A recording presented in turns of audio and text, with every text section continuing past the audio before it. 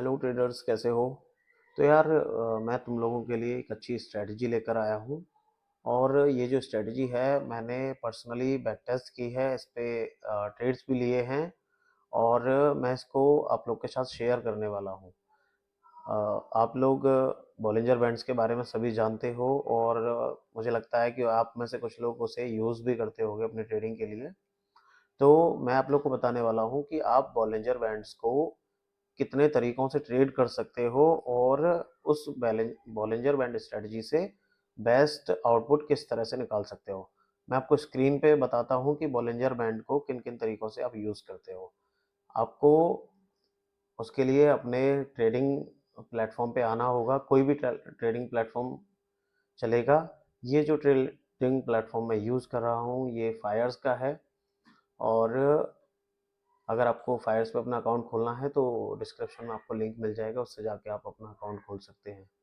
करना क्या है, ये एफएक्स का बटन आपको यहाँ दिख रहा है, इसमें बॉलिंजर बैंड या फिर बीबी शॉर्टकट लिख दीजिए। बॉलिंजर बैंड्स आ जाएगा, आपको इस पर क्लिक करना है। इस पर डबल डबल क्लिक करना है, और ये जो सेटिंग्स है इसमें 1.5 आपको लगा देना है। अब आपको यहाँ ये जो बॉलिंजर बैंड दिख रहा है ये अपर बॉलिंजर बैंड है, ये लोअर बॉलिंजर बैंड है, और ये जो लाइन है ये इसका मीडियन है, मतलब इसका बेस है, इसको बेस बनाते हुए चलता है। ये लाइन जो है ये मूविंग एवरेज है, 20 पीरियड मूविंग एवरेज। तो सिंपल अगर इसको समझना चाहें तो ऐसे समझ लीजिए कि मार्केट जब इस लाइन के ऊपर है तो बुलिश है, इसके नीचे है तो बियरिश है।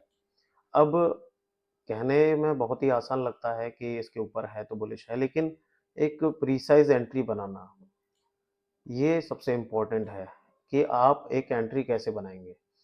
एंट्री गाइज कुछ नहीं होता है, एंट्री सबसे इम्पोर्टेंट ये होता है कि आप अपने लिए एक छोटे से छोटा एसएल कैसे ढूंढ सकते हैं। पूरे दिन मार्केट चलता है सुबह 9:15 से 3:30 बजे तक।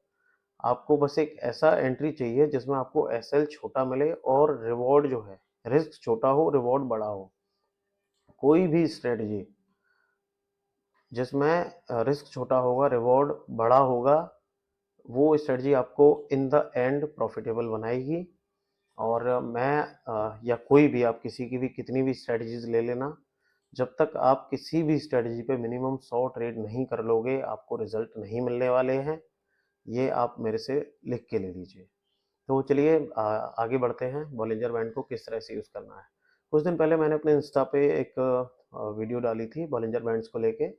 उसमें मैंने बताया था कि आप 15 मिनट के टाइम फ्रेम पर जाके, और जब जो मार्केट है हमारी बॉलिंजर बैंड के बाहर क्लोज करेगी, तो जिस कैंडल में वो उसके बाहर क्लोज करेगी, अगर वो नीचे के बैंड को ब्रेक डाउन कर रही है नीचे की साइड में, तो आप उसी कैंडल का लो लगा के और अपना टारगेट 1:1, 2, 3 जो भी आपको मिल रहा है प्लान कर सकते हैं। तो जैसा कि आप लोग को पता है बॉलिंजर बैंड आप पहले से जानते होंगे किस तरह से यूज़ किया जाता है। इसको दो तरह से यूज़ किया जा सकता है।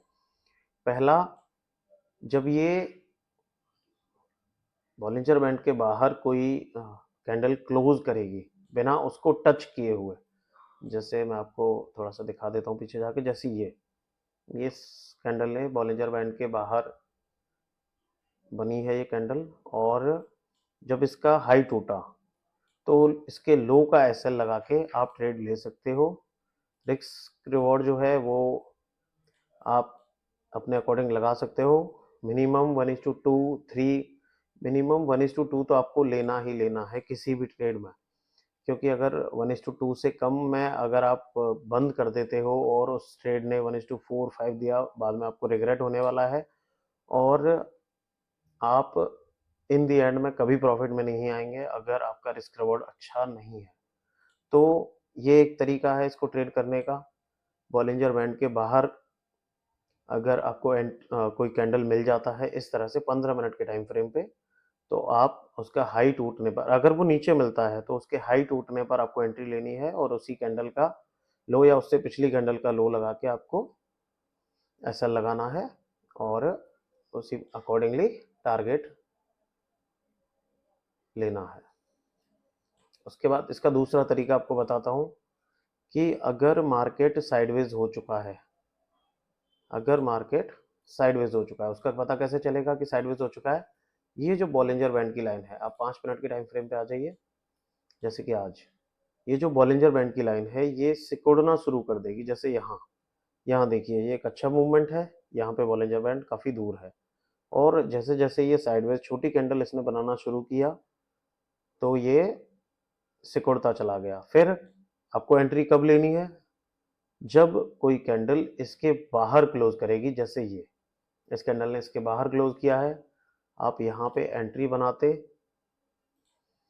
ये आपका एसएल होता और आपको 1:2.4 ये आपका टारगेट मिलता, पहला। दूसरा, आपको इसके बाहर एक कैंडल मिली, आपने इसके लो के टूटने पर एंट्री बनाई और ये आपने टारगेट लिया 1:2.8 का। ये दो तरीके हैं बॉलिंजर बैंड को ट्रेड करने के। और सबसे बेस्ट जो तरीका है वो है कि आप को जब भी एंट्री मिलेगी, आपको ये ठान लेना है कि आपको मिनिमम 1:2, 3, 4 इस तरह से टारगेट लेने हैं। अगर आप छोटे टारगेट में मार्केट छोटा पैसा लेके चले जाएंगे, मार्केट आपसे किसी दिन बड़ा पैसा छीन लेगा और फिर आप उस लॉस को कवर करने के चक्कर में मार्केट से लड़ाई करेंगे, वो पैसा आपको कभी नहीं मिलने वाला है। और आप इसको बैक टेस्ट भी कर सकते हो, आप देख सकते हो।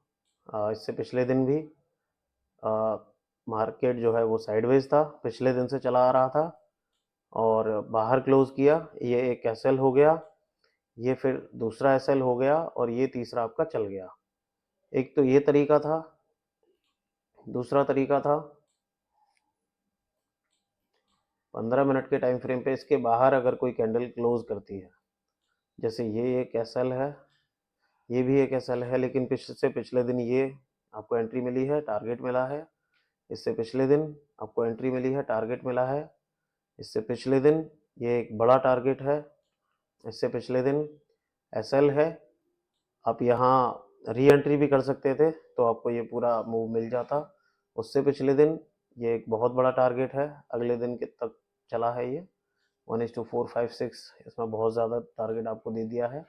तो आप जब तक इतने बड़े टारगेट को अपने अकाउंट में ऐड नहीं करोगे, आप इन दी एंड में लॉस में ही रहने वाले हो, चाहे आप कितनी भी कोशिश कर लीजिए।